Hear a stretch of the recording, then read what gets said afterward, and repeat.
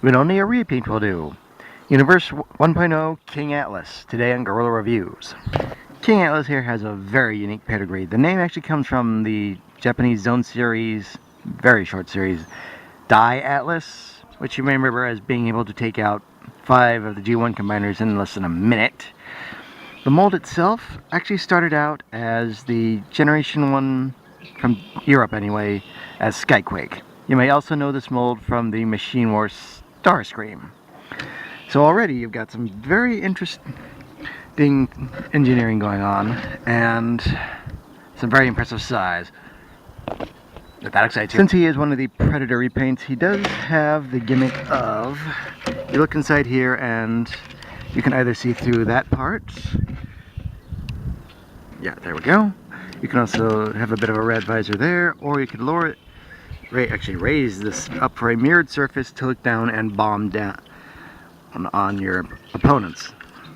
The bombs themselves are located deep inside of here and are very easily lost, which is why I'm demonstrating it like this. But still, not a bad gimmick. Okay, let's move on to the transformation, shall we? First we will fold out the nose cone, pull those two parts out and this part in this way. We will then come around here, fold up the red viewfinder port and fold the viewfinder in, and we will then fold in these back fins, bring it around, and yes, visible body syndrome, not much we can do about that. We're going to fold the legs down, separate them out, fold out the feet and the back spurs, very important, otherwise it will tip over. There we go. Bring the camera up, because he is quite tall.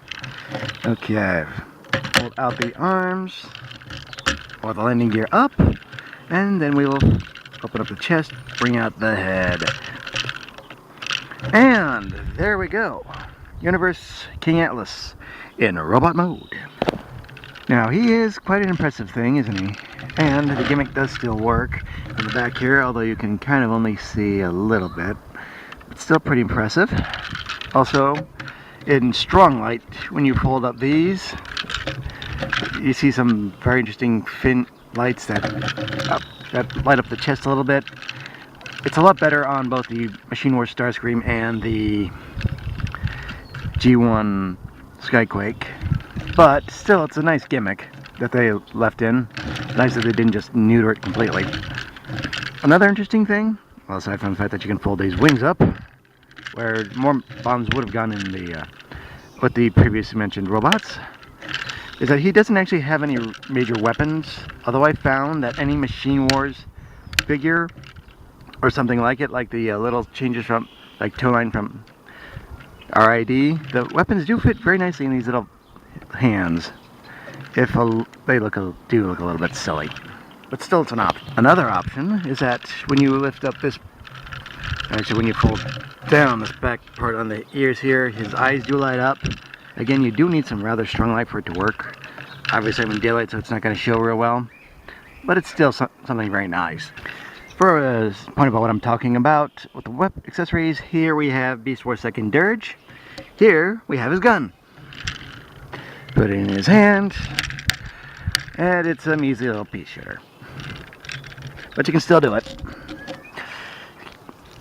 Or as in Dirge's hands, that's a hand cannon, isn't it? Okay, articulation. This won't take long, because the head does not rotate. The legs do not move. The best you got is, well, G1 arms. Outward, forward, backward, with a ratchet joint. That's about it. But still you get a nice robot mode, if a rather stock, straight, standing one. Okay, that wraps up this Gorilla review. I am the Deceptive Wolf. This has been Universe 1 King Atlas, and again I remind you all, free your mind, free your toys.